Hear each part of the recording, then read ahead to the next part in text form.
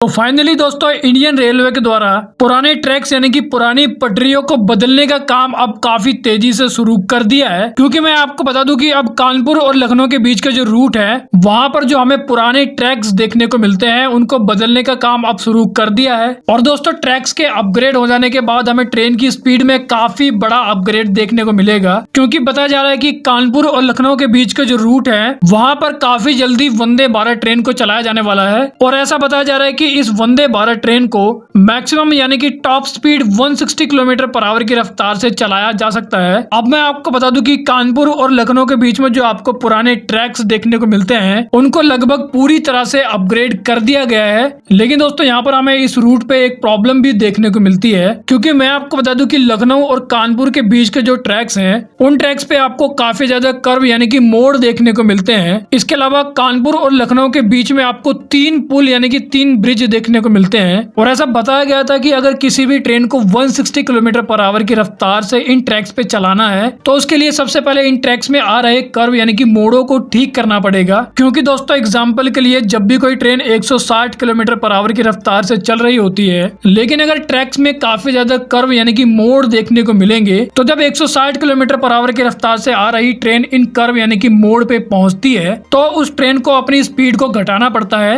और ऐसा ना करने के कारण हमें भयानक एक्सीडेंट भी देखने को मिल सकता है। और अब आपको जानकारी ये काफी ज्यादा अच्छा लगेगा कि इंडियन रेलवे के द्वारा इस प्रॉब्लम का भी अब हल निकाल लिया गया है। बेसिकली मैं आपको बता दूं कि लखनऊ और कानपुर के बीच की जो पटरियां हैं उन पे जितने भी आपको कर्व और मोड़ देखने को मिलते हैं उन कर्व्स यानी कि मोड़ों को इंडियन रेलवे के द्वारा वेल्डिंग करके सीधा किया जा रहा है। इसके अलावा जो कानपुर और लखनऊ के बीच में हमें 3 पुल देखने को मिलते हैं इन तीनों ब्रिजेस के ट्रैक्स को भी बदलने का काम किया जा रहा है। तो यानी कि जब मोड़ यानी कि कर्व्स को सीधा कर दिया जाएगा तो उसके कारण ट्रेन को अपनी स्पीड को घटाने की जरूरत नहीं पड़ेगी और फिर वंदे भारत जैसी ट्रेनों को बिना किसी रुकावट के 160 किलोमीटर पर आवर की रफ्तार से चलाया जा सकता है। क्योंकि मैं आपको बता दूं कि अभी कानपुर और लखनऊ के बीच में तेजस और शताब्दी एक्सप्रेस जैसी ट्रेनों को चलाया जा रहा है। तो मैं आपको बता दूं कि लखनऊ और कानपुर के बीच की जो दूरी है वो हमें टोटल 72 किलोमीटर देखने को मिलती है। और इस 72 किलोमीटर लंबी दूरी को तय करने में तेजस एक्सप्रेस को 1 घंटे 10 मिनट का समय लगता है। उसके अलावा शताब्दी एक्सप्रेस को